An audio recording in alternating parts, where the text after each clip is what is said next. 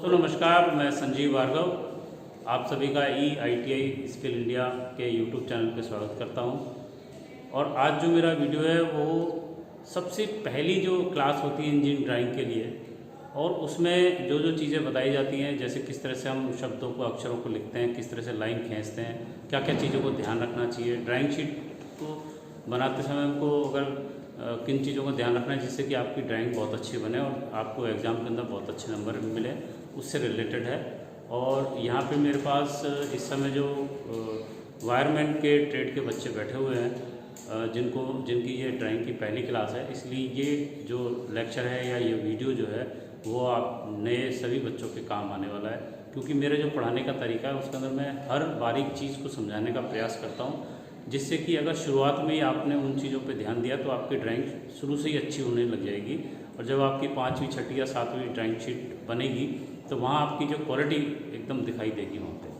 तो शुरू करते हैं। इसके अंदर जो सबसे पहला बिंदु होता है कि हम जो अधिकतर ड्राइंग शीट के अंदर चित्र बनाते हैं, वहाँ पर आप लाइन यूज़ करते हो, पेंसिल यूज़ करते हो, रबड़ यूज़ करते हो, सेट स्क्वायर या रोलर ड्रा यूज़ करते हो। साथ में वहाँ पे आप जो शब्द लिखते हो, शब्द का मतलब हो गया अक्षरों से मिलकर के शब्द बनता है, और शब्द से मिलकर के पैराग्राफ, और पैराग्राफ से बनकर के मिलकर के जो है चैप्टर बनता है। तो सबसे पहले आपको अक्षरों पे ध्यान देना है। तो यहाँ मैंने बोर्ड के ऊपर कुछ पॉइंट्स लिख रखे हैं। अगर इन पॉइंट्स को आप ध्यान रखोगे तो आपके जो अक्षर लिखने का तरीका है वो सही होता चला जाएगा और आपकी गलतियाँ कम से कम होंगी। क्योंकि जब भी बच्चे ने ABCD पढ़ना शुरू किया होगा क्लास के अंदर, पहली LKG UKG में, वहाँ पे भी टीचर ने उसको अच्छी तरह से पढ़ाया होगा, लेकिन हम उस चीज़ को यूज़ टू में ले जाते हैं या गो थ्रू हो जाते हैं, तो अपन एक ईजी वे में ले जा करके उन अक्षरों को उस तरीके से नहीं लिखते जो कि वास्तव में उसका तरीका होता है। क्योंकि यहाँ पर इंजीनियरिंग ड्राइंग के अंदर हर चीज़ का महत्व होता है, हर चीज़ को बड़े ध्यान से करना पड़ता है। और जो ड्राइंग आपने अभी तक स्कूल के अंदर बनाई है, उस ड्राइंग में और यहाँ इंजीनियरिंग के अंदर इंजीनियरिंग की जो एजुकेशन होती है, चाहे वो ITI की हो, चाहे डिप्लोमा की हो, चाहे वो इंजीनियरिंग कर रहे हो आप BTech या IIT कर रहे हो, सभी के अंदर इंजीनियरिंग ड्राइंग को विशेष तौर पे बड़े ध्यान से बनाना पड़ता है, तभी उसके अंदर नंबर मिलते हैं और उसके अंदर जब भी खूबसूरती आती है, जब हर चीज़ का वहाँ पे ध्यान रखेंगे। तो अपन अक्षरों की अगर बात करें तो यहाँ पर हमारे 6 पॉइंट्स मैंने लिखे हैं। ये 6 पॉइंट हर बच्चे को ध्यान रखना चाहिए, जिसमें पहला है अक्षर सीधे खड़े होने ही चाहिए। यहाँ पे मैं अधिकतर लाइन आप मिलेगी उसके अंदर आपको ही शब्द यूज करता हुआ मिलूंगा। उस ही शब्द का अर्थ ये है कि आपको वहाँ पर कोई छूट नहीं है, आपको वहाँ पे ध्यान देना ही पड़ेगा, तभी उसके अंदर एक्यूरेसी और आपका काम अच्छा होगा। तो यहाँ पे पहला है अक्षर सीधे खड़े होने ही चाहिए। आमतौर पर मैंने ये देखा है कि हमारे यहाँ पे जो बच्चा ITI में आता है, जो पहली शीट बनाना शुरू करता है, उसके अंदर उसके अक्षर अधिकतर 80% बच्चों के जो अक्षर है वो तिरछे लिखे होते हैं। जिसके अंदर अगर मान लीजिए मैं B लिख रहा हूँ तो B की जो डंडी है वो सीधी खड़ी होनी चाहिए, और बच्चे इसको इस तरह से लिखते हैं। तो दोनों में डिफरेंस हो गया, यहाँ पे ही आपके नंबर कटने शुरू हो जाते हैं। तो सिंपल बात है कि अक्षर सीधे खड़े ही होने ही चाहिए। दूसरा है फिर अक्षर की आकृति सही होनी ही चाहिए। यहाँ पर अगर मैं चैलेंज के साथ कहूँ तो जो बच्चा हमारे ITI में आता है, मैंने बहुत सारी क्लास में जो बच्चे आए हैं नए, उन सबको चैलेंज किया है कि आप ABCD लिखना ही नहीं जानते, जबकि आप LKG से लेकर के 10वीं क्लास तक पढ़ के आ चुके हो। एक्चुअल में होता क्या है कि जो टीचर ने उसको ABCD पढ़ाई थी उस समय उसको ध्यान नहीं रहा आज की तारीख में, और उसको जो उसके मन में आता है उसी तरह से शब्द बनाने लग जाता है। उसके अंदर मेन जो शब्द हैं जिनमें वो गलती करता है वो मैं यहाँ पे आपको लिख के बताता हूँ, और क्या गलती करते हैं वो भी मैं आपको बताता हूँ। तो मेन तो एक तो B में गलती होती है। B में आपका ये ऊपर का जो सर्किल है ये थोड़ा सा छोटा होता है नीचे वाले से। उसके बाद आपका गलती होती है G में मैंने बहुत सारे लड़कों को देखा वो इस तरह से लिखते हैं। तो एक्चुअल में इसका सही तरीका क्या है, इस तरह से आप देखेंगे। आप इसको नेट पे भी जाके देख सकते हैं, इसको आप किताब में भी जाके देखोगे तो आपको यही मिलेगा। इसके बाद आप के अंदर बहुत मेजर मिस्टेक होती है। 95% बच्चा इसको गलत लिखता है। के का मतलब होता है इस तरह से आप लगाएंगे और इस तरह से बनाएंगे। तो के में जो गलती करता है बच्चा वो इस तरह से बनाता है। तो इसमें आपको डिफरेंस पता चल गया होगा कि क्या है यहाँ पे। इसके बाद अगला जो अक्षर आता है वो आता है N के अंदर बच्चा 2-3 तरीके से N उसका ना एक तरीका है, बच्चा क्या करता है, इस तरह से बनाता है, या वो इस तरह से बनाएगा या फिर इस तरह से बनाएगा। तो ये तीनों ही गलत है। यहाँ पे ये जो लाइन है ये वाली खड़ी वाली टेढ़ी हो गई। यहाँ पर ये जो एन के अंदर बीच में जो आता है बी, वो बीच में आ गया, मतलब नीचे तक नहीं गया। यहाँ पे भी यही गलती है। तो आप देखो उसके एन बनाने का जो तरीका वो है इस तरह से। इसके बाद एन में भी अधिकतर मैंने कई बच्चों को गलती करते देखा है कि एन को पता नहीं क्या चक्कर है, वो तिरछा बनाना है क्योंकि उनको पता नहीं है इस चीज का। पता हो जाएगा तो वो फिर सही बनाने लगेंगे। तो एन के अंदर क्या होता है, सिर्फ दो खड़ी लाइनें हैं और उसके अंदर एक तिरछी लाइन। उसके बाद क्यू में बहुत सारे बच्चे गलती करते हैं, क्यू कुछ इस तरह से लाते हैं, जबकि अगर सिंपल वे में आप क्यू बनाओगे तो ऐसा बनना चाहिए, या इसको अगर आप चाहो तो ऐसा भी बनाओगे तो भी चल जाएगा, लेकिन ऐसा नहीं होता है। इसके बाद आर के अंदर जो बच्चा मेन जो गलती करता है वो ये तो सही बनाता है, लेकिन इसको यहां से स्टार्ट कर देता है, जबकि आर होना चाहिए हमारा इस तरह से। उसके बाद एस में भी हमारा जो ऊपर का जो सर्किल है ये थोड़ा सा छोटा होता है, नीचे का थोड़ा सा बड़ा होता है। उसके बाद डब्ल्यू में अधिकतर गलती जो होती है वो ये होती है कि वो उसको यहाँ पे ही रोक देते हैं। तो यहाँ पर ये दोनों लाइनें तिरछी होती है इस तरह से, ये डब्ल्यू होता है। इसके बाद वाई में गलती करते हैं। कैपिटल लेटर में अगर वाई की बात करें तो वो लड़के अधिकतर इस तरह से लिखते हैं, और जबकि होना क्या चाहिए कि वाई आप लिखेंगे तो दोनों ये तिरछी लाइन और ये। तो ये मेजर मिस्टेक है बच्चों की, जो कैपिटल लेटर हम जो लिखते हैं उसके अंदर बच्चे करते हैं। तो इन चीजों को आप ध्यान रखना है। तो ये मेरा जो दूसरा पॉइंट था, अक्षर की आकृति सही होनी ही चाहिए। तो आकृति का मतलब ये है, समझ में आ गई? हाँ या ना? गलती तो नहीं करोगे आप? नहीं। इसके बाद तीसरा आता है, अक्षर या शब्दों की ऊंचाई एक समान होनी ही चाहिए। जनरल वे में हम जो लिखते हैं, लिखने का काम करते हैं, उसमें इस चीज का बिल्कुल भी ध्यान नहीं रखते हैं। जिस बच्चे की हैंडराइटिंग अच्छी होती है वो इन सब चीजों का ध्यान रखता है। शब्दों की, अक्षरों की ऊंचाई एकदम समान होगी, उसकी राइटिंग अच्छी होगी, आकृति सही होगी, सीधे खड़े होंगे। अगर इसको आप गौर से देखोगे तो आपकी हैंडराइटिंग और जो अच्छे बच्चे की राइटिंग है उसमें यही डिफरेंस है। और मैं आपको मैं कल एक क्लास ले रहा था, उसमें दो बच्चे, एक क्लास को मैं पढ़ा रहा हूँ, उसके अंदर एक बच्चे की ड्राइंग अच्छी नहीं है और दूसरे की बहुत अच्छी है। तो उसमें फ़र्क यही हो जाता है कि जिस बच्चे ने इस चीज़ को ध्यान से सुना है, क्लास के अंदर बच्चा सुनता नहीं है।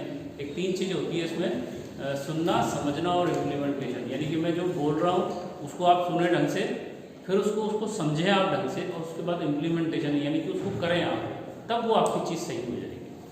तो यहाँ पर आप देखेंगे कि मैंने बिना नाम के यहाँ पे लिखा हुआ है, लेकिन फिर भी अक्षर आपको लगभग समान से लग रहा है, थोड़ा बहुत ऊपर नीचे हुआ। इस चीज़ से बचने के लिए कि आपके अक्षर यहाँ पर आप क्या करेंगे, दो लाइन खींचेंगे, दो लाइन हल्की लाइन। यहाँ पर लाइन के बारे में भी आपको थोड़ा सा मैं बता देता हूँ, और मैं शायद अगला वीडियो जो मैं आपको बना के दिखाऊंगा, जिसके अंदर आपको लाइन किस तरह से खींचनी है, किस तरह से पेंसिल को काम में लेना, वो आपको पता चल जाएगा। इससे पहले भी मैं जो वीडियो अपलोड कर चुका हूँ उसमें बारीक चीज़ें बता चुका हूँ। कल ही मैंने एक वीडियो बना करके डाला है, उसके अंदर बहुत बारीकी से किस तरह से एबीसीडी लिखी जाती है वो समझाने का प्रयास किया है, क्योंकि ये नई क्लास है इसलिए इसको दोबारा समझाना पड़ रहा है। तो यहाँ पर हम क्या, अगला जो पॉइंट है, तीसरा जो पॉइंट है उसमें क्या है, अक्षर या शब्दों की ऊंचाई एक समान होनी चाहिए। इसके लिए आपको क्या करना है कि जैसे आपको 4 mm या 5 mm या 7 या 10 mm की हाइट में अगर कोई चीज़ लिखनी है, तो आप क्या करेंगे कि दो हल्की लाइन खींचेंगे। हल्की लाइन खींचने के बाद हमारा अक्षर जो है वो हमेशा ऊपर और नीचे टच होना चाहिए। टच होगा तो ऑटोमेटिकली आपकी राइटिंग सुधर जाएगी। आप करके आप सही रखोगे, शब्द आप सीधे लिखोगे तो आपकी राइटिंग एकदम सुधरने वाली है। तो यहाँ देखो आप,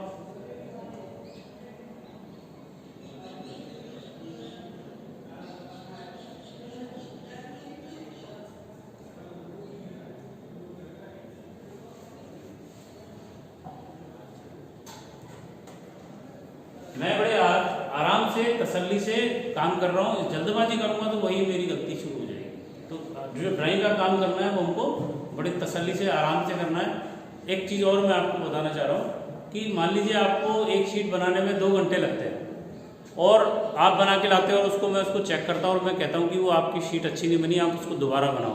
तो जब आप दोबारा बनाओगे तो उसी शीट को बनाने में आपको फिर 3 घंटे लगेंगे, क्योंकि उसको आप सावधानीपूर्वक बनाओगे। तो 2 घंटे आपने पहले लगाए, 3 घंटे आप लगा रहे हो, टोटल हो गए 5 घंटे। तो ऐसा क्यों नहीं करते कि आप शुरू में ही बात को समझ करके 3 घंटे में ड्राइंग शीट बनाएं, जिससे कि कम से कम आपके वो 2 घंटे बच जाएं, जो दोबारा बनाने में आपको एक तो गुस्सा आएगा क्योंकि टीचर इतनी मेहनत करके लेके गया और टीचर ने उसको मना कर दिया कि दोबारा बनाएं। तो इसलिए उस चीज़ को ध्यान से बनाएं, हर बात को सोच समझ के करें। ड्राइंग तसल्ली से बनाने का काम है, जल्दबाजी इसमें नहीं चलती है। तो आपको ये बात समझ में आ गई होगी कि जिस हाइट में आपको अक्षर लिखना है उसकी लाइन खींच लो और लाइन खींच करके ऊपर और नीचे उसको टच करोगे तो आपके अक्षर सही बनेंगे। इसके बाद अगला आता है, ये जो चीज़ है इसको मैंने लिख दिया यहाँ पे, अक्षर या शब्दों की ऊंचाई समान रखने के लिए 2 हल्की, ये हल्की का मतलब यहाँ पे मैं बताता हूँ आपको क्या होता है। हल्की मतलब हल्की समानांतर रेखा खींचकर उनके बीच में ऊपर और नीचे वाली लाइन को टच करते हुए शब्द या अक्षर लिखने चाहिए। तो ये बात समझ में आ गई यहाँ पे? Yes sir.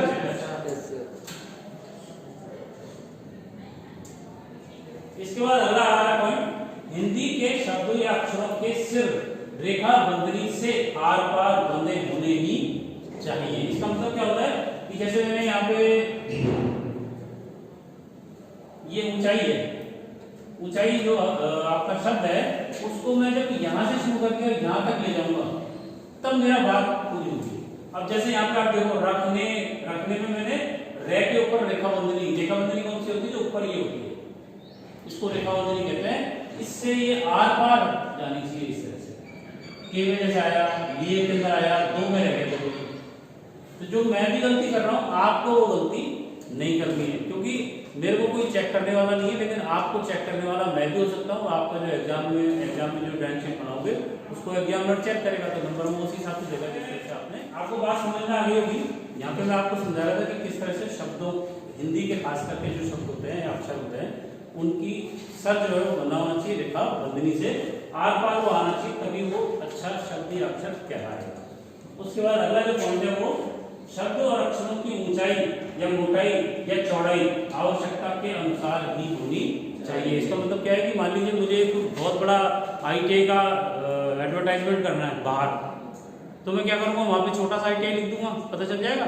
तो वहाँ आपको बड़ा ITI लिखना पड़ेगा, बड़े मोटे मोटे अक्षरों के अंदर। लेकिन अगर मैं ड्राइंग शीट के ऊपर ITI लिख रहा हूँ या नाम लिख रहा हूँ या कोई शब्द लिख रहा हूँ या कोई भी चीज़ लिख रहा हूँ, तो वो बड़ा नहीं होना चाहिए। उसकी हाइट 4 mm, 5 mm या 10 mm से ज़्यादा नहीं होनी चाहिए। जगह के अनुसार उसकी मोटाई भी अलग हो सकती है, चौड़ाई भी अलग हो सकती है, और उसकी ऊंचाई भी अलग अलग हो सकती है। तो ये इन चीज़ों का अगर आप ध्यान रखोगे तो आपकी ड्राइंग फिर अपने आप अच्छी बनने लगेगी। तो शुरू के जो 3 पॉइंट हैं इनको आपको विशेष ध्यान रखना है, ठीक है। अब मैं यहाँ पे बीच में बात आई थी कि हल्की लाइन, तो आप हमेशा ध्यान रखो, स्कूल के अंदर आपने जो ड्राइंग बनाई है और यहाँ जो ड्राइंग बनने वाली है उसके अंदर दिन रात का अंतर होगा।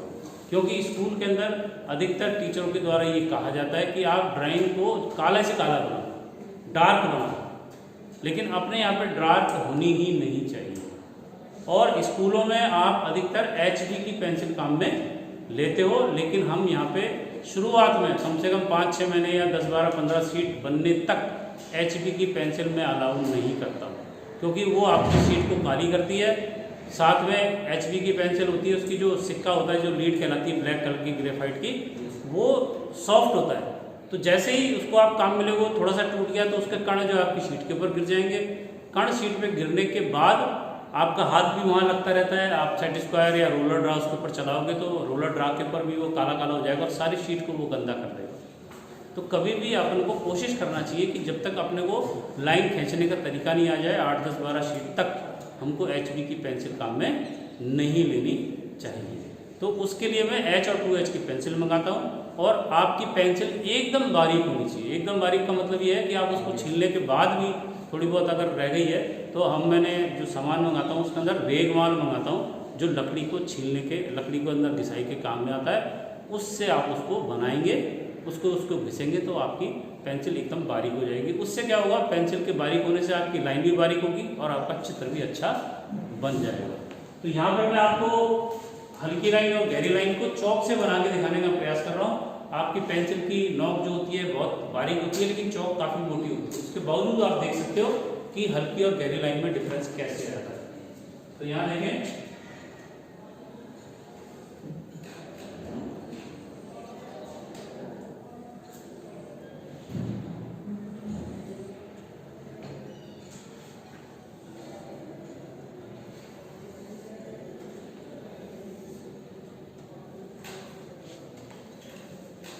तो यहाँ आपको वीडियो में भी दिख रहा होगा कि शुरुआत में जो मैंने लाइनें खींची हैं वो इतनी हल्की है कि केवल हमको काम चलाने के लिए चल। एक्चुअल में जो ड्राइंग के अंदर गाइडलाइन होती है वो हल्की बनानी ही चाहिए, और कई जगह पे भी हमारी हल्की लाइन काम में आएंगी। तो आपको यहाँ पे आइडिया हो जाएगा कि आपको हल्की लाइन और गहरी लाइन का क्या मतलब है, और हल्की और गहरी लाइन को कैसे बना सकते हैं। कोई बताएगा, मतलब क्या करें कि वो लाइन हल्की हो जाए, क्या करें कि लाइन गहरी हो जाए, कोई बता सकता है? सर उसको हल्के हाथ से चलाएंगे। हल्के हाथ से चलाएंगे। हल्के हाथ का मतलब? सर बिल्कुल थोड़ी अदर अदर से चलाएंगे, गड़ा के ही चलाएंगे, बदन नहीं। सर उसको दबाव नहीं देंगे। हाँ, मेन बात यही है।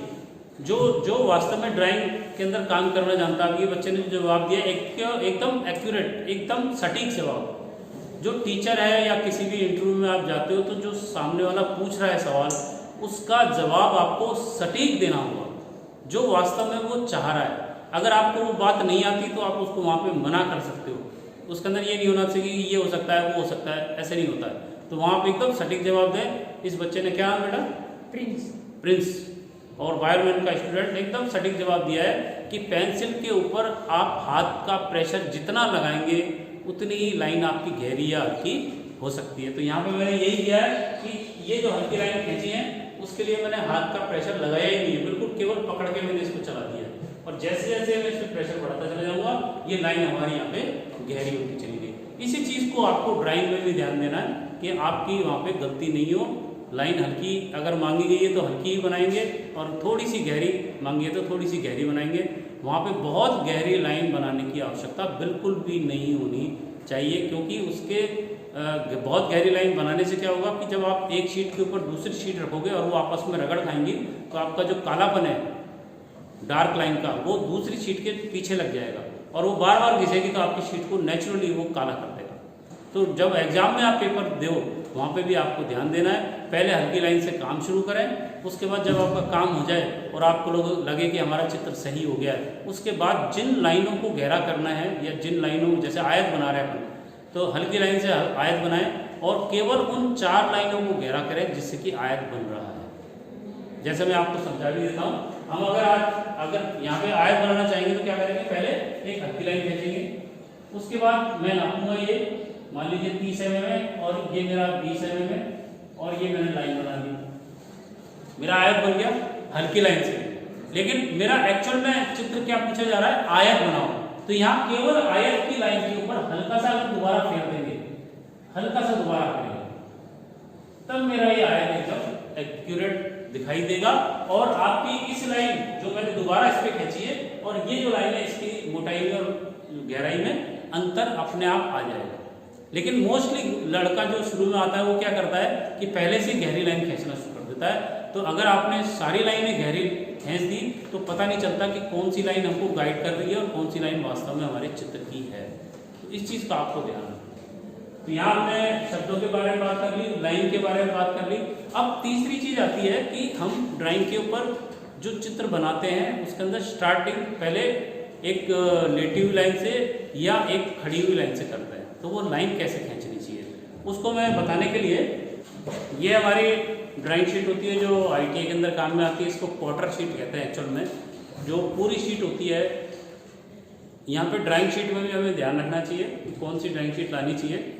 ये ड्राइंग शीट दो तरह की कागज़ की आती है। एक ड्राइंग शीट आती है चार्ट से बनी हुई, चार्ट पेपर जो हम स्कूलों के अंदर चार्ट बनाते हैं उसका जो कलर होता है एकदम वाइट होता है और वो चिकनी होती है। लेकिन हमको जो ड्राइंग के अंदर काम में लेनी है ड्राइंग शीट, वो थोड़ी सी खुरदरी होनी चाहिए, जिससे कि अगर आप कोई चित्र बनाने पर गलती हो जाए तो उसको मिटाने पर वो काला नहीं हो। क्योंकि जो चिकनी शीट होती है या चार्ट का कागज़ होता है उसके ऊपर आप जब भी पेंसिल से डार्क कर दोगे तो उसको मिटाने पर भी वो शीट काली हो जाती है। तो ये इस शीट की खासियत ये होती है कि थोड़ी सी खुरदरी होती है, थोड़ा सा पीलापन लिए होती है। और इसके ऊपर अगर बॉर्डर बना हुआ मिल जाए तो बहुत ही अच्छा है, क्योंकि बॉर्डर बनाने में फिर से हमारा काफ़ी टाइम लग जाता है। तो आपको यहाँ पे बॉर्डर बनी हुई ड्राइंग शीट लानी है। यहाँ पे मैं बता देता हूँ कि आपको क्या करना चाहिए। ये आप देख रहे हैं नीचे लिखा हुआ है स्केल छोड़ सकते हो। इसके बाद लिखा हुआ ITI। तो ITI के अंदर आप जिस भी ITI में पढ़ रहे हैं, जैसे आप इस समय गवर्नमेंट ITI अलवर में पढ़ रहे हैं तो यहाँ पे गवर्नमेंट ITI अलवर लिखा जाएगा। उसके बाद यहाँ पे ट्रेड का मतलब जिस ट्रेड में आप पढ़ रहे हो, तो यानी कि वायरमैन की ट्रेड है तो आपकी वायरमैन लिखोगे, junior, first year, second year जो भी आपकी है। उसके बाद है DRN बाई, यानी कि जो बना रहा है उसका नाम आना चाहिए। नाम वही लिखने का तरीका, हाइट 5 mm, उसके अंदर साफ सुथरा नाम, खड़े शब्द सीधे और आकृति सही, और हाइट हमारी 4 से 5 mm। उसके बाद है चेक बाई, चेक करने का काम होता है टीचर का, तो वो यहाँ पे साइन करेगा। उसके बाद ड्राइंग नंबर, यानी कि कौन सी शीट बना रहे हो, जैसे हम पहली शीट बनाएंगे तो पहली, दूसरी। उसके बाद ऊपर आता है यहाँ पे डेट। तो आज जिस डेट में, जैसे मैं आज जो आपको पढ़ा रहा हूँ, तो आज की डेट हो गई हमारी 16 जनवरी 2021, तो 16 जनवरी यहाँ पे आ जाएगा और पूरा लिखें 16 जनवरी 2021। इस साल आप जब भी सन लिखें तो 21 ना लिख करके 2021 लिखें, वो आपके लिए अच्छा रहेगा। न्यूमरोलॉजी के अंदर ये चीज़ें बताई गई हैं। इसके बाद ये जो हमारा शीट है, इसके अंदर एक तो बॉर्डर होता है। मोस्टली जो स्टूडेंट होता है वो इस बॉर्डर को, ये जो डबल लाइन वाला बॉर्डर है, इसको बेस मान करके पहली लाइन खींचता है। ऐसा है या नहीं? आप क्या सोचते हो? आपके दिमाग में क्या आती है बात? खींचना चाहिए। इस बॉर्डर को बेस मान करके लाइन पहली खींचनी चाहिए या नहीं खींचनी चाहिए? कितने बच्चे हाथ ऊपर करो जो इसके बॉर्डर को बेस मान के खींचेंगे?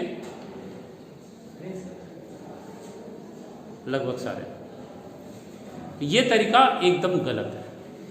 क्यों गलत है? कि ये जो बॉर्डर है वो आपकी ड्राइंग शीट के ऊपर प्रिंट किया हुआ है, और अगर प्रिंट के अनुसार अगर ये बॉर्डर टेढ़ा हो गया और उसी को आपने आधार मान लिया तो आपकी लाइन भी टेढ़ी हो जाएगी। ये बात मैं क्यों कह रहा हूँ कि कभी भी मकान बनाया जाता है तो उसकी नींव के ऊपर ही बिल्डिंग खड़ी होती है। नींव आपकी टेढ़ी हो गई तो क्या होगा? दीवार भी टेढ़ी हो जाएगी। तो आपकी नींव जो है वो पहली लाइन है, तो क्या करेंगे? किसको बेस मानेंगे? आप इस जो किनारी है, अगर खड़ी लाइन लेटी लाइन आपको लेनी है तो उसको बेस बांधने के लिए ये वाली किनारी काम में लें, और अगर खड़ी लाइन को खींचना है तो आपको इस किनारी को काम में लेना चाहिए। अब इसको लेने का क्या तरीका है कि आपका ये जो रोलर ड्रा है, अच्छा यहाँ पे पहले मैं पिछले सालों में रोलर ड्रा की जगह सेट स्क्वायर मंगाया करता था, लेकिन सेट स्क्वायर को सेट करने में बहुत टाइम लगता है, और जो चित्र एक सेट स्क्वायर की सहायता से आप 1 घंटे में बनाओगे, उसको बनाने में इस रोलर ड्रा से मुश्किल से 25 मिनट 20 मिनट लगे। तो इतना डिफरेंस हो जाता है। कारण क्या है कि आपकी जो इंजीनियरिंग ड्राइंग बनती है उसके अंदर पैरेलल लाइन बहुत होती है, और पैरेलल लाइन को बनाने में अगर सेट स्क्वायर को सेट करोगे तो बहुत टाइम लगता है। तो रोलर ड्रा एक बहुत अच्छी चीज़ है, अच्छा इंस्ट्रूमेंट है। इसमें भी आप ध्यान रखेंगे कि इसके अंदर ये 2 रोलर्स हैं, और रोलर को आप ध्यान से देखोगे तो इसके अंदर दांतें हैं। इसके अंदर आप गौर से देखोगे, दिख रहा है ना? धुंधला तो नहीं है? तो आप देखेंगे कि इसके अंदर रोलर्स के अंदर दांतें हैं, और ध्यान ये रखना चाहिए कि इन दांतों के अंदर मेटेरियल नहीं जमा होना चाहिए, प्लास्टिक जमा नहीं होना चाहिए, जैसा कि आप यहाँ दिख रहा होगा। दिख रहा है? दोनों रोलर। तो आप जब भी बाजार से लेके आओ तो दुकानदार से लेने के बाद उसको चेक कर लो कि रोलर के दांतें एकदम क्लियर होने चाहिए, उसके अंदर प्लास्टिक का मेटेरियल कोई भी भरा हुआ नहीं होना चाहिए, क्योंकि अगर वो भर जाएगा तो वो स्लिप होने लग जाएगा, फिर आपकी लाइनें टेढ़ी होने लग जाएगी। क्लियर? दूसरी बात, आपको रोलर को यूज़ करते समय क्या लेनी है कि आपके दोनों रोलर जो है वो ड्राइंग शीट के ऊपर ही रहने चाहिए जब आप इसको चलाओगे। तो ये इस तरह से रखो। कई बार क्या होता है कि एक रोलर आपका टेबल पे आ जाता है, एक रोलर आपका शीट पे रह जाता है। उससे क्या होगा, अगर आपकी टेबल चिकनी है तो वहाँ पर आपका एक रोलर स्लिप होने लग जाएगा, दूसरा चलने लग जाएगा, उससे क्या होगा कि आपका रोलर टेढ़ा हो जाएगा, उससे लाइन टेढ़ी हो जाएगी। तो जब भी काम करोगे आपके दोनों रोलर जो है शीट के ऊपर ही होने चाहिए। तो ये छोटी छोटी बारीक चीज़ें बता रहा हूँ जिससे कि आपकी ड्राइंग एकदम अच्छी बने। अब आपको करना क्या है कि जो पहली लाइन खींचोगे उसके लिए आपको इस रोलर को यहाँ पर इस तरह से सेट करना है। आप देख रहे होंगे कि यहाँ पे एकदम पैरेलल आ जाए, उसके बाद इसको आप ऐसे नीचे चला के लाओगे 50, 60, 70 mm जितना भी ला सकते हो, तो आपकी ये हॉरिजॉन्टल जो लाइन होगी वो इस जो खड़ी हमारी किनारी है उसके समानांतर हो जाएगी। और अगर आपको वर्टिकल लाइन खींचनी है तो क्या करोगे, आप इस रोलर को ऐसा खींचेंगे, ऐसे लगाएंगे इसके पैरेलल बिल्कुल, और फिर इसको जब चला के लाएंगे तो आपकी जो लाइन खींचेगी वो वर्टिकल एकदम इस किनारे के समानांतर हो जाएगी। और जो पहली हमारी लाइन होनी चाहिए शीट के ऊपर लेटी हुई या खड़ी लाइन, वो हमेशा बिल्कुल हल्की होनी चाहिए। इस बात को देखने के लिए आप मेरा पिछला वीडियो देख सकते हो, जिसके अंदर मैंने एक बारीक चीज़ों को बताने का प्रयास किया है और शब्दों को, अक्षरों को किस तरह से लिखा जाता है वो भी मैंने समझाने का प्रयास किया है। इसके बाद हमारा ये बॉर्डर के हमारे को क्या करना चाहिए कि चारों तरफ का जो बॉर्डर है उससे कम 15 से 20 mm छोड़ के ही ड्राइंग बनानी शुरू करनी चाहिए, क्योंकि बिल्कुल बॉर्डर के साथ बना देंगे, हालांकि हमारी शीट फटती नहीं जल्दी से, अगर फट जाएगी तो आपको दोबारा से मेहनत करनी पड़ सकती है। और कोशिश करो कि एक ही बार में पूरी मेहनत हो जाए, बार बार आपको वो काम नहीं करना पड़ेगा जिससे कि आपकी गलतियाँ हो।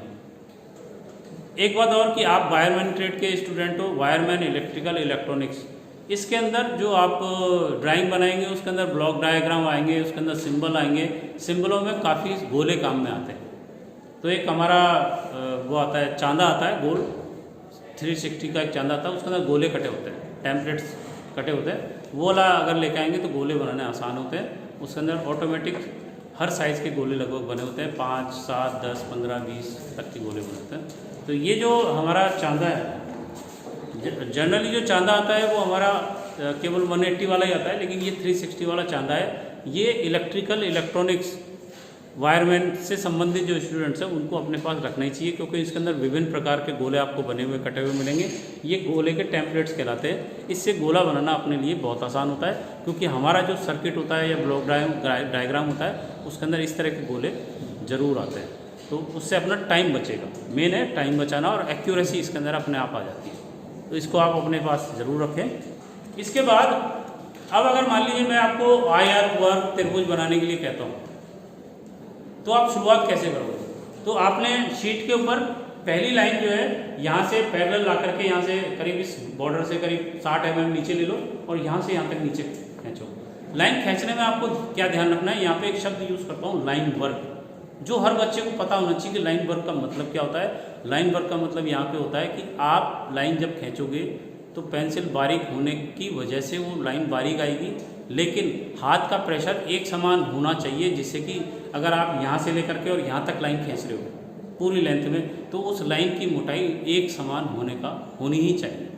कोशिश करें, शुरुआत में शायद नहीं होगा, कई बार ये होता है कि हम लाइन खींचना शुरू करते हैं तो हाथ का प्रेशर कम ज़्यादा हो जाता है, तो कहीं तो वो गहरी हो जाती है, कहीं वो हल्की हो जाती है। उसके बाद जब आप लाइन खींच लो, चित्र बन जाए, सही लगे, उसके बाद उसको जिस चित्र को अपन को बना रहे हैं वही थोड़ा सा गहरा कर दें, और चित्र बनाने के बाद उसके नीचे नाम लिखा जाता है उसका क्या तरीका है कि मान लीजिए मैंने ये आयत बनाया, तो आयत बनाने के बाद इसका जब मैं नाम लिखूंगा तो वो किस तरह से लिखा जाएगा?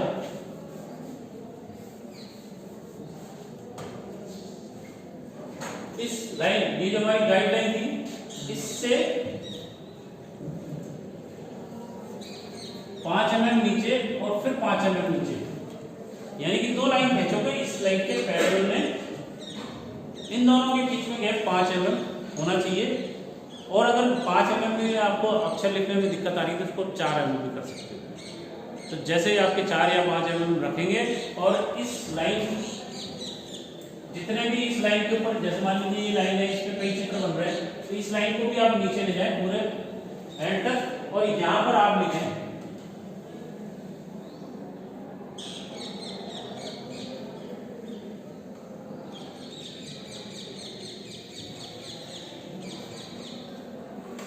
Clear sir. इसके नीचे आना चाहिए, ये जो चित्र आया तो आयत लिखा हो, ये अगर वर्ग है तो वर्ग लिखा हो, त्रिभुज तो त्रिभुज लिखा हो। क्लियर? ऐसा नहीं होता कि कल मैंने एक बच्चे की ड्राइंग शीट चेक करी तो उसके अंदर उसने आयत का लिख दिया 30x40। अब यहाँ 30x40 को भी समझा देता हूँ क्या होता है। हमेशा ध्यान रखना आप कि अगर आयत की हम डायमेंशन दे रहे हैं 30x40 का मतलब क्या है कि जो लाइन हमारी यहाँ पे लेटी हुई है उसकी जो डायमेंशन है वो पहले लिखी जाएगी। यानी कि अगर मैंने 30 लिख दिया तो पहले ये 30 बनेगी और 40 मेरी खड़ी हो जाएगी। समझ में आ गई बात? और अगर मैं 40x30 लिखूंगा तो 40 मेरी लेटी हुई लाइन होगी और 30 मेरी खड़ी हुई लाइन होगी। वंडा क्लियर? अब अगर बच्चे ने ये आयत 30 बाई 40 लिखा, उसके बाद दूसरा चित्र यहाँ बना दिया तो उसके बाद जगह नहीं बची, तो उसने यहाँ शुरू लिख दिया, फिर तीसरा बनाया उसको और आगे सरका दिया, नाम आगे सरकाता चला गया, मतलब चित्र के साथ नाम मैच नहीं कर रहा था। तो ये आप ऐसी गलती नहीं करें। अगर आपने एक चित्र बना लिया है, दूसरे चित्र के बीच में कम से कम 20 mm का गैप छोड़ करके आप दूसरा चित्र बनाएं। जैसे मैं ये वर्ग बना रहा हूँ, तो यहाँ पे मैं फिर से ये लाइन भेजूंगा और यहाँ इसके नीचे में वर्ग। तो इस लेक्चर में, इस वीडियो में आपको बहुत सारी चीज़ें ऐसी पता चल गई होंगी कि किस तरह से हमको ड्राइंग की शुरुआत करनी चाहिए। अब यहाँ पे हम एक छोटी सी चीज़ और सीख लेते हैं, क्योंकि ज़्यादातर काम हमारा यहाँ पे पैरेलल लाइन का है, तो थोड़ा सा प्रैक्टिस कर लेंगे पैरेलल लाइन की, तो आपका शुरुआत में जो प्रैक्टिस हो जाएगी वो आगे तक आपको ध्यान रहेगी। तो पैरेलल लाइन खींचने के लिए क्या करेंगे,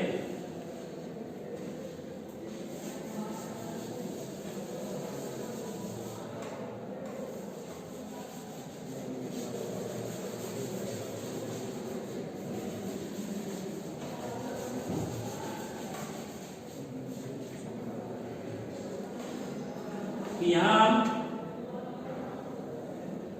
एक 50 मिलीमीटर। अब यहाँ पर एक चीज और आती है कि मान लीजिए मैंने ये आयत बनाया, इसकी जो डायमेंशन देने में भी स्टूडेंट्स गलती करते हैं, तो उसका क्या तरीका है ये मैं आपको यहाँ समझा देता हूँ पहले, उसके बाद अपन आगे चलेंगे। तो ये किस तरह से नाम लिखना है ये तो समझ में आ गया है ना। अब इसको डायमेंशन कैसे देंगे,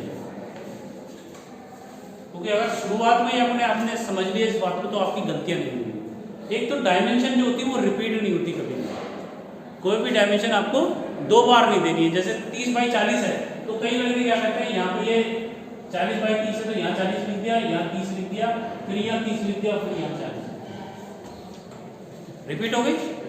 यहाँ आपको 4 डायमेंशन देने की जरूरत ही नहीं है, केवल 2 डायमेंशन काम चलेगा। उसको देना किस तरह से है,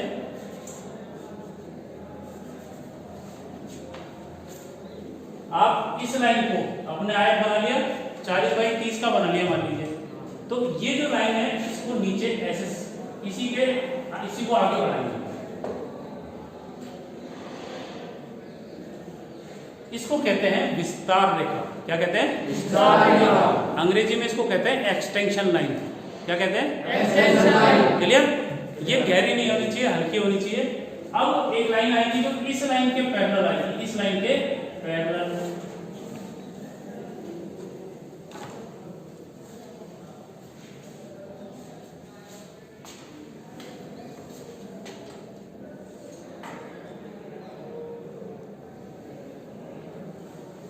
ये लाइन भी हल्की होनी चाहिए।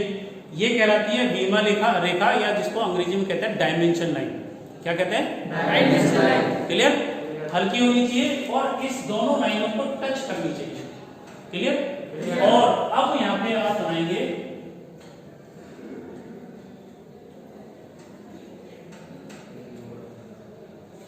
सुंदर सा तीर, क्योंकि यहाँ पे हर चीज का मैंने पहले ही बताया कि हर चीज का ध्यान रखना होता है। तीर बनाने का भी तरीका बता देता हूँ, इसका एक रेशो होता है, वो अगर ध्यान रखोगे तो और 2-4-5 बार बना लोगे तो आपका आइडिया समझ में आ जाएगा, फिर आपकी गलती नहीं होगी। तीर को अगर बड़ा बना के देखें तो क्या होगा, इसको मैं अगर चौड़ाई मान लूं और ये मेरी 1 है, कितनी 1, और इसको मैं लंबाई मान लूं तो ये होगी हमारी 3। कितने का अनुपात हो गया, 1:3, यानी कि लंबाई हमारी चौड़ाई से 3 गुनी होनी चाहिए। वरना क्लियर हो गया। और ये चित्र, ये जो हमारा त्रिभुज है समद्विबाहु त्रिभुज की जैसे होता है, समद्विबाहु त्रिभुज की जैसे होता है। यहां पर आप हल्का सा इसको डार्क करेंगे, हल्का सा। कई बच्चे क्या करते हैं, इसको एकदम ऐसे कर देते हैं, उसकी जरूरत नहीं है, हल्का सा भर दिया तो ये आपका यहाँ पे तीर बन गया। इसकी चौड़ाई 1 लेंगे, लंबाई इसकी 3 लेंगे। ये डायमेंशन लाइन है, ये एक्सटेंशन लाइन है। ये जो डायमेंशन लाइन है वो इसके पैरेलल है, और ये जो एक्सटेंशन लाइन है इस लाइन को हम आगे बढ़ा करके इस तरह से खींच लेंगे। अब यहाँ पर इसकी दूरी कितनी होनी चाहिए, इसका भी एक फंडा है, क्योंकि यहाँ पर हम 40 लिखने वाले हैं अंक। तो 40 की जो हाइट है, 40 जो अंक है उसकी हाइट कितनी ले लेंगे 4 mm। तो 2 mm ऊपर छोड़ोगे 2 mm नीचे छोड़ोगे तो टोटल हाइट कितनी होगी 4 mm।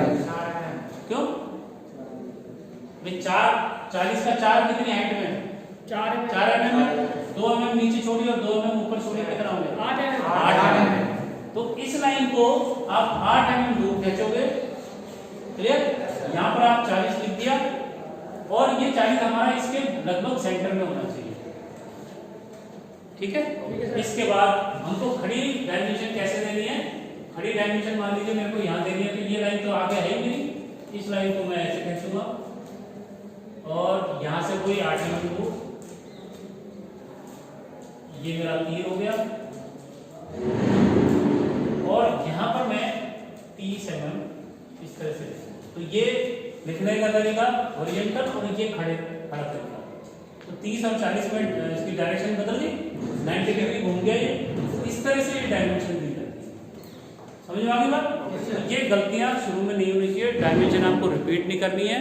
40 और 30 लिखने, वर्टिकल और हॉरिजॉन्टल डायमेंशन कैसे देनी है, एक्सटेंशन लाइन, डायमेंशन लाइन और तीर कैसे बनाने हैं, ये आपको ध्यान रखना है। और दो चित्रों के बीच में कम से कम 20 mm का गैप होना ही चाहिए, तभी उसके अंदर अच्छी चीज दिखाई देगी। क्योंकि शुरुआत की पहली शीट होगी, आपको ये करना है। अब यहाँ एक लास्ट चीज और बता देता हूँ।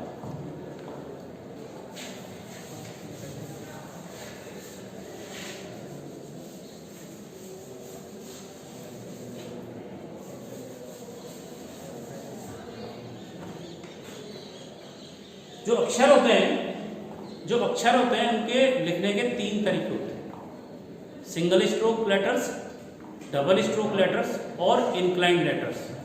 ठीक है। तो यहाँ पर पहले मैं आपको सिंगल स्ट्रोक लेटर बना के दिखाऊंगा, डबल स्ट्रोक बना के दिखाऊंगा और इंक्लाइन लेटर्स बना के दिखाऊंगा। इसमें भी हमारे जो लेटर्स होते हैं 2 तरह के होते हैं। एक कैपिटल लेटर होता है और एक स्मॉल लेटर, जिसको अपर केस और लोअर केस कहते हैं। कैपिटल लेटर को अपर केस कहते हैं ये कंप्यूटर की भाषा में, और छोटे को लोअर केस कहते हैं। तो क्या करेंगे, मान लीजिए हम यहाँ 10 mm की एक लाइन खींची हमने, 2 डिस्टेंस पे 2 लाइन हल्की खींची। हल्की समझ रहे हो आप, बिल्कुल दिखाई दे केवल। उसके बीच में मैंने ए लिखा,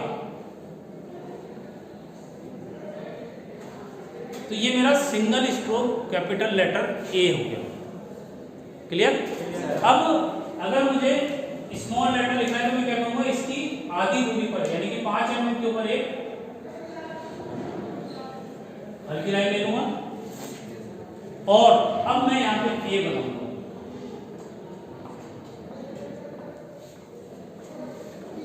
क्लियर। ये मेरा सिंगल स्ट्रोक लोअर केस, एक तो अपर केस है एक लोअर केस है, सिंगल लेटर। अब अगर मैं डबल स्ट्रोक बनाना चाहता हूं, ए का डबल स्ट्रोक पे क्या बनेगा,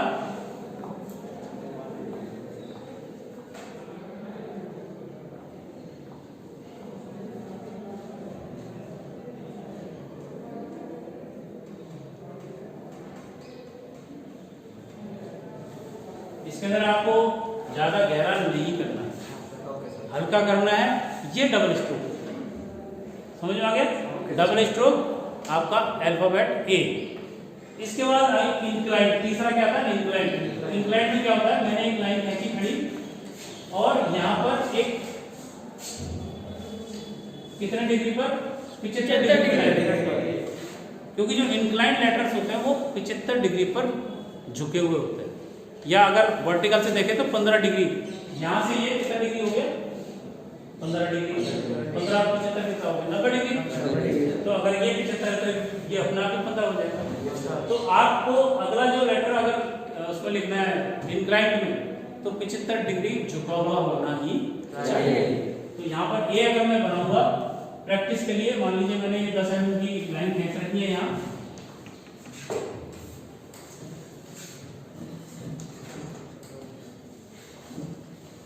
तो मैं ए यहाँ पे 75 डिग्री एक लाइन खींच ली।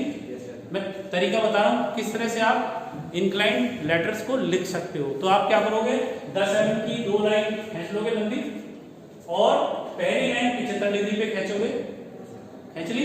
उसके बाद 10-10 mm छोड़ के, कितना 10-10 mm छोड़ करके ऐसे लाइन खींचते चले जाओ।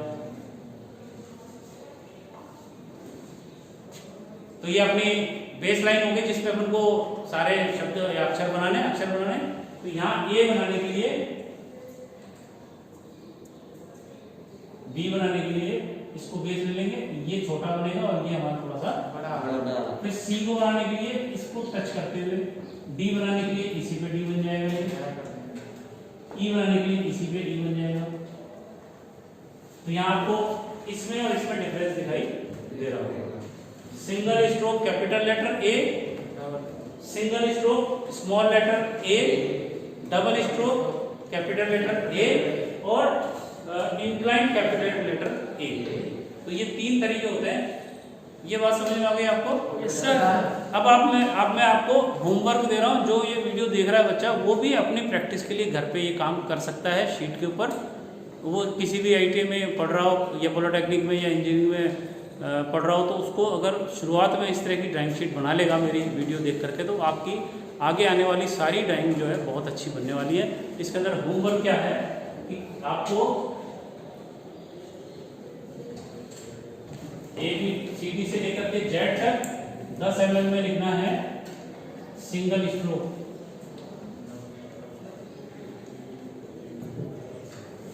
है ना, अपर केस।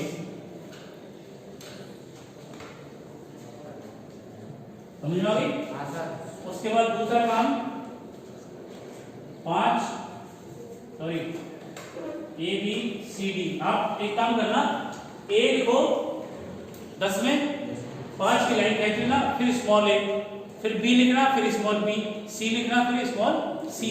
अगर आपको किस तरह से बनाना है उसकी वीडियो देखना है तो आप, मैंने कल ही एक वीडियो अपलोड करी है, उस पर जाकर के आप देख सकते हो। मैंने वहाँ बारीकी से उसको बना के भी दिखाया है।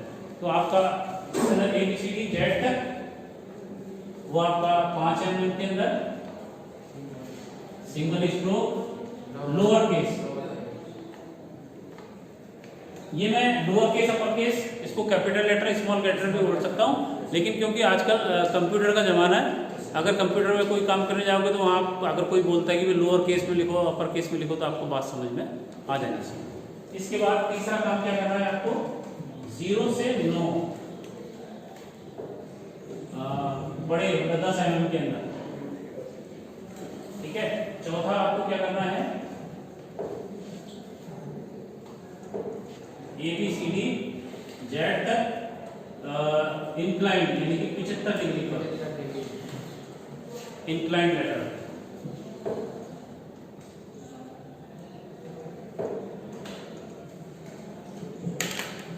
इसको लिखना है, हो जाएगा काम ये? हो जाएगा सर। तो यहाँ पे बड़े लेटर हो गए, छोटे लेटर हो गए, 0 से 9 हो गया और इंक्लाइन वाले, और एक रह गया 5वां ABCD।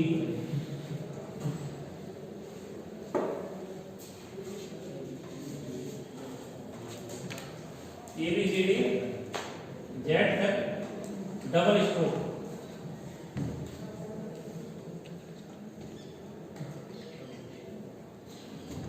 डबल स्ट्रोक 10 mm में,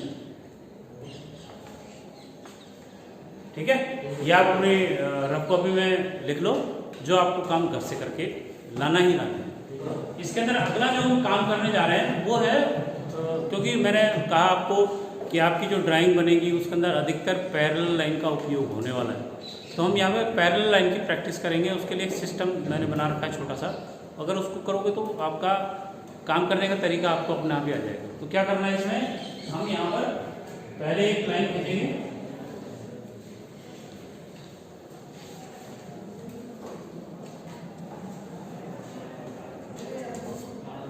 खींचिए क्या थोड़ी स्ट्रेट है।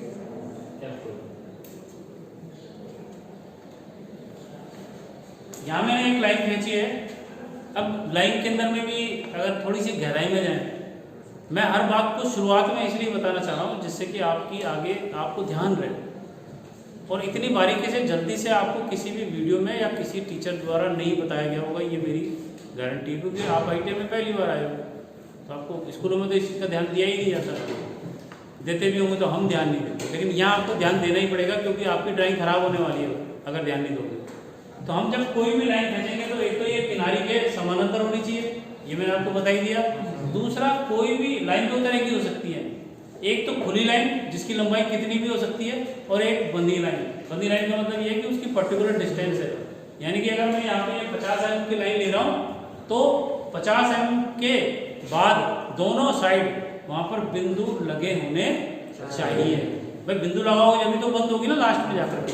तो आपको क्या करना है, बिंदु लगाने का क्या फायदा है ये मैं आपको समझा देता हूँ कि आप यहाँ पर बिंदु लगाओगे, पेंसिल को इस तरह से हल्का सा घुमा दोगे, तो जैसे आप घुमाओगे यहाँ पर इन दोनों बिंदुओं पर थोड़ा सा गड्ढा हो जाएगा, छोटा सा गड्ढा।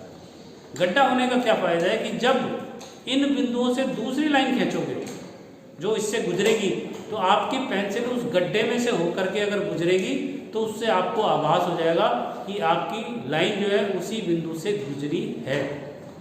अगर उस गड्ढे में से पेंसिल नहीं गई, इसका मतलब ये समझ जाना कि आपकी लाइन उस बिंदु से हट चुकी है। बात समझ में आ गई?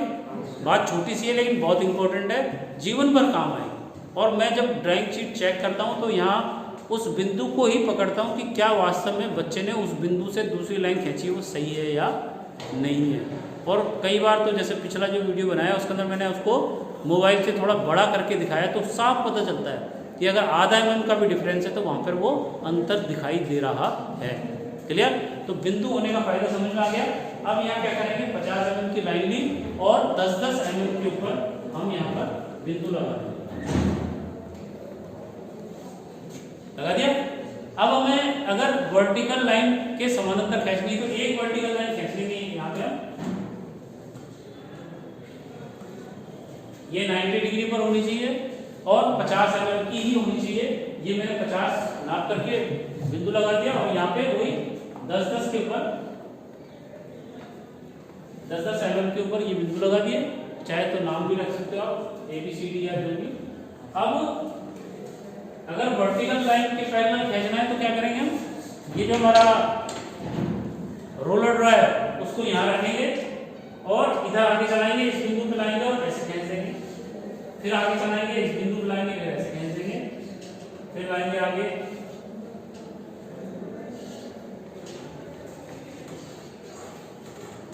तो आपको पैरेलल लाइन मिल जाएंगी और सबकी हाइट हमारे को 50 रखनी है, तो यहाँ पर एक क्या बन जाएगा,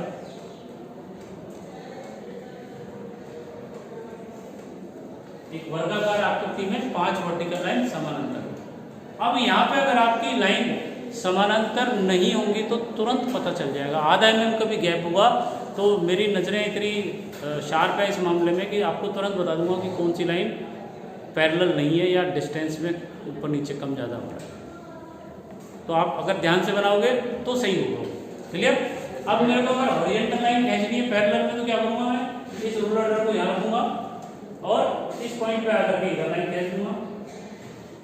यहाँ पे जो मैं ड्राइंग बना रहा हूँ बोर्ड पे, क्योंकि बिना नाप किए इसलिए वो टेढ़ी आपको दिख सकती है आपको, क्योंकि ड्राइंग पे आप नाप तोल के काम करोगे इसलिए वहाँ पे आपका एकदम सही होना चाहिए। तो यहाँ पर हमने ये लाइन खींची, इस बिंदु पे ये लाइन खींच दी, इस बिंदु पे ये लाइन खींच दी, इस बिंदु पे ये लाइन खींच दी।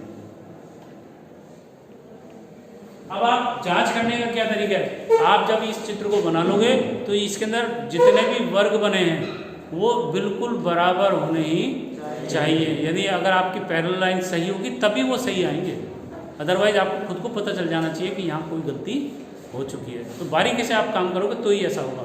तो हमने यहाँ पे एक वर्टिकल लाइन का समानांतर खींच लिया, एक हॉरिजॉन्टल लाइन का समानांतर खींच लिया। अब दूसरा एक चित्र बनाएंगे जिसके अंदर तिरछी लाइन का पैरेलल खींचेंगे। इसको आप अपने रफ कॉपी में अभी नोट करते चले जाओ, घर से आपको बना के लाना क्योंकि आज अपना टाइम काफी हो जाएगा। तो ये अपने नोट करते जाओ, इससे टाइम बच जाएगा।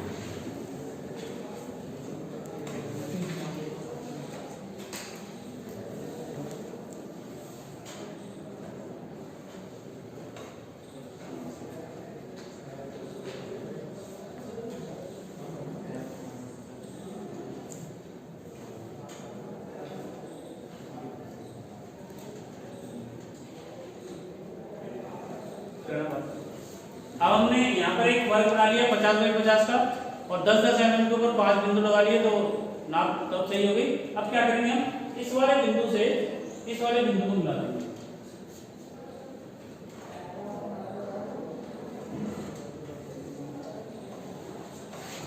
ठीक है, और इस वाले बिंदु को इस बिंदु से मिला दो।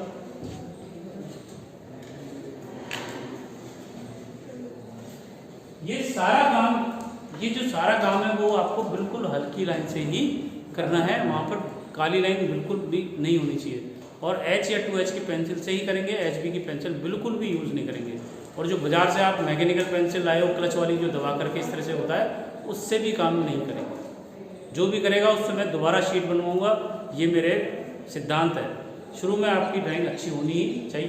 मेरा एक टारगेट है कि जो आपकी पहली ड्राइंग शीट हो और जो चौथी ड्राइंग शीट हो उसमें अंतर होना चाहिए, और उसके चौथी के बाद गलती होनी ही नहीं चाहिए, तभी आप एग्जाम में अच्छे चित्र बनाते हो। तो इस चीज़ के अंदर आप बिल्कुल सावधान रहें। तो 2 हमारी तिरछी लाइनें हो गई। अब क्या करना है, हमने रोलर ड्रा की सहायता से ये लाइन है, इसको यहाँ A पे लाएंगे और तिरछी लाइन खींच देंगे, फिर B पे लाएंगे, फिर खींच देंगे C पे लाएंगे। इस तरह से वो तिरछी लाइन है ऊपर और नीचे होती चली जाएगी। तो यहाँ देखो अपन इस लाइन को यहाँ इस तरह से खींच देंगे, इसको इस तरह से खींच देंगे, इसको इस तरह से खींच देंगे। इसी तरह इस बिंदु से ये लाइन आ जाएगी पैरेलल,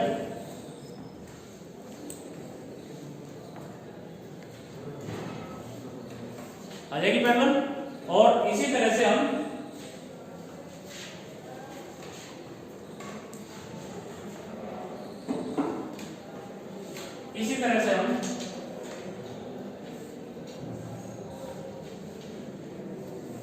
इस लाइन के पैरेलल में लेते चलते हैं। इस लाइन के पैरेलल में ये लाइन,